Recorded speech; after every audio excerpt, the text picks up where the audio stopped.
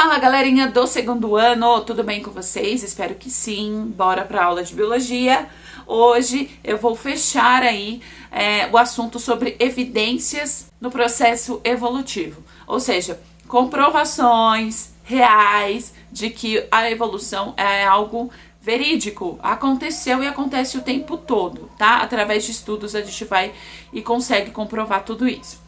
Então eu já mencionei aí as evidências paleontológicas, que é sobre fósseis, as evidências anatômicas, que conseguem observar semelhanças em algumas estruturas do corpo de animais diferentes, tá? E também consegue encontrar estruturas semelhantes em animais que vivem até no mesmo ambiente, só que são espécies diferentes também. Então eu já expliquei tudo isso no último vídeo. Hoje eu vou falar sobre evidências embriológicas e evidências moleculares. A primeira aí é na página 41. Eu já até destaquei aqui, eu acho que dá pra ver a parte mais importante nesses trechos, tá? Mas eu vou ler e acompanha aí. Evidências embriológicas.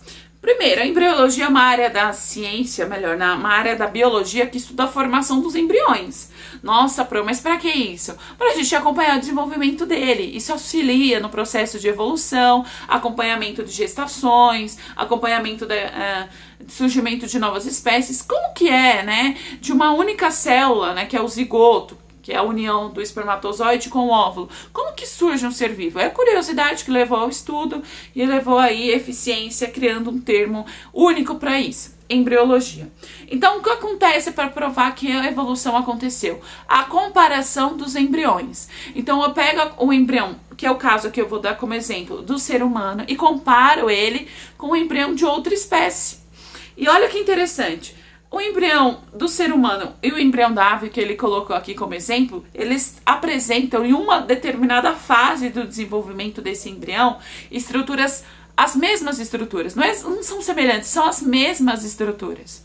Tipo assim, depois, eles se diferenciam e cada um vai se tornar aquilo que a espécie propôs. Mas antes disso, lá quando ele era uma massinha, e aí ele foi se dividindo para criar o formato do embrião, eles tinham estruturas muito semelhantes, quase que iguais, tá? Quais são essas estruturas? Essas fendas branquiais, como tá no livro aí, e essa cauda. Se isso aqui vai virar uma perna, vai virar uma pena, vai virar, enfim, aí cada espécie vai determinar o que vai ser. Mas nessa parte do desenvolvimento eles são iguais, ok? Então significa que existe uma linhagem, ou seja, um parentesco entre esses animais. O ser vivo que deu origem a essas espécies era muito semelhante, então eles apresentam um ancestral em comum. Evidências moleculares, vale a pena aí a gente ler para entender. Revela a semelhança nas estruturas do DNA e do RNA. Sabe aquela sequência, né? A com T, G com C que a gente aprendeu? Então revela que várias espécies apresentam a mesma sequência e que alguns trechos são muito parecidos. Lembrando que o nosso DNA é gigantesco, das espécies também. A diferença é a quantidade de cromossomos que cada espécie vai apresentar para se tornar única entre o grupo, né, de animais, mas essas sequências são muito semelhantes. E as proteínas que também envolvem a formação do ser vivo.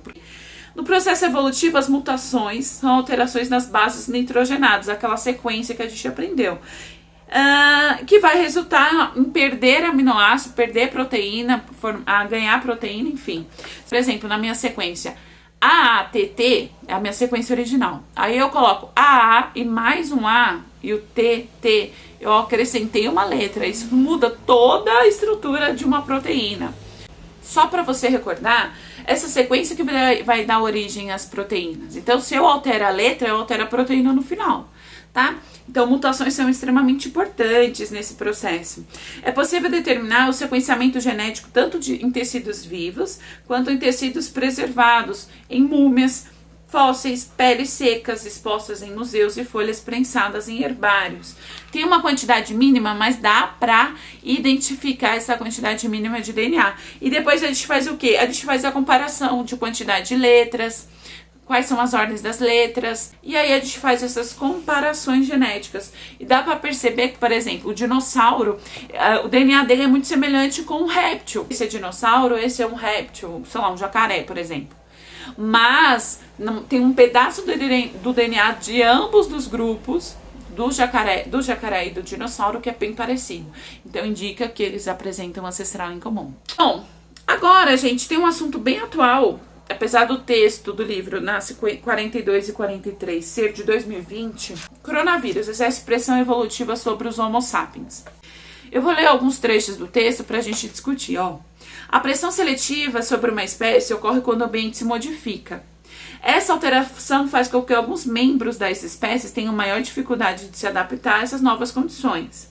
Essa dificuldade se reflete na capacidade desses indivíduos de sobreviver.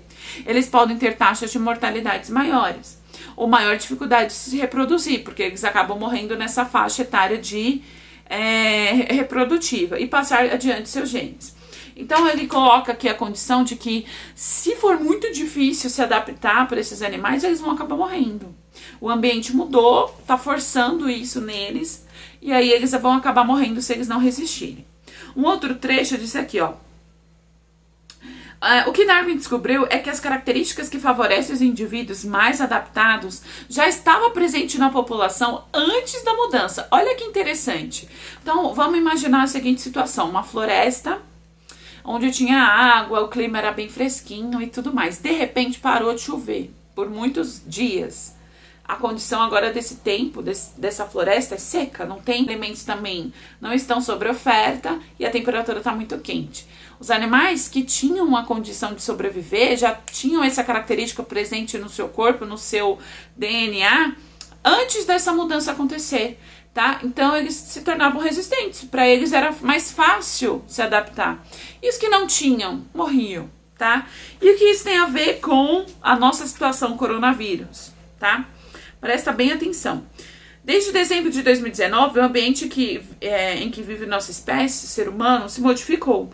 Um ser vivo que antes vivia no pulmão de morcegos passou a ser capaz de infectar o pulmão dos seres humanos. Ou seja, ele também passou por evolução. Então, ele antes infectava um tipo, agora outro. Então, ou seja, o pulmão do morcego não era tão diferente assim do nosso pulmão, porque ele conseguiu criar condições. E também ele se modificou para isso, tá? O vírus se propaga rapidamente, agora está espalhado por todo o planeta, colocando pressão sobre nós. Lembra que o texto é de 2020, tá? Essa pressão não é perigosa para a sobrevivência da espécie, como é nossa pressão sobre os mico-leões dourados. Então, ele fez uma comparação. Não é que é capaz de matar a espécie humana inteira, mas ele é capaz de reduzir uma boa quantidade. Então, ele coloca aqui que ele é capaz de reduzir de 2 a 4% da população. Nossa, é muito pouco, gente. Não é muito pouco. Só que no Brasil foram mais de 600 mil pessoas mortas. É muita gente no nosso país que morreu com esse vírus, tá? E no mundo esse número é bem maior. Claramente, pessoas que quando são atacadas pelo coronavírus, por um motivo ainda desconhecido, que pode ou não ser genético, quase não apresentam sintomas. Então, o que ele entendeu? Que por que algumas pessoas tinham sintomas leves e outras morriam com acesso ao vírus? Então, o que tinha na carga genética dessa pessoa que a outra não tinha? Esse corpo se tornou resistente por algum motivo. Ele tinha condições anteriormente, então ficou fraco. E foi fraco e não pegou de forma agressiva essa doença. Já os outros não. Um simples contato com o vírus acaba levando à morte desse indivíduo. E tem mais, porque algumas pessoas até hoje não pegaram. Então, o que acontece? Ele vai alterar geneticamente o DNA das pessoas que se tornaram resistentes por algum motivo. A questão é, será que essas pessoas vão conseguir se reproduzir e deixar descendentes com essa característica? Ou essa condição vai impedir de alguma forma? Vai deixar sequela ou não? Então, só para você entender que um vírusinho, ele fez essa seleção. Grupo dos resistentes, que, sem sequela nenhuma, e grupo daqueles que sobreviveram, mas com sequelas, alterações genéticas nos dois, e ainda tem o terceiro grupo que acabou falecendo. Então, são 3 grupos que um único vírus, através das suas modificações, das suas alterações, conseguiu separar. Então, o coronavírus criou uma seleção natural. E por último, ele fala da vacina, que é importante ter vacina sim, porque ajuda a combater o vírus. Só que esse é o lado bom, evita mortes. Ótimo, maravilha. A parte ruim, geneticamente falando, é que nós não vamos criar resistência automática, assim, do nosso corpo. Nenhum deles vai criar imunidade sozinho para conseguir combater de uma vez esse vírus. E aí espalhar essa característica para todas as gerações. O que acontece com esse grupo é que todos eles vacinados, a imunidade é a mesma e o vírus vai poder se modificar quantas vezes ele quiser e ainda vai continuar presente na população. Bom, mas não deixa de se vacinar não, porque é importante, porque evita a morte dos indivíduos, beleza? É isso, meu povo, eu quero que vocês façam a atividade aí. Responda a página 43, da 43 a 45, e a gente vai corrigir junto depois todas essas atividades, tá bom? Lembrando também que você deve comentar o vídeo aqui com seu nome durante a semana. E para você evitar 4 faltas na aula de de biologia, tá? Para você também evitar fazer relatórios, como eu já comentei, beleza? Um super beijo e até mais!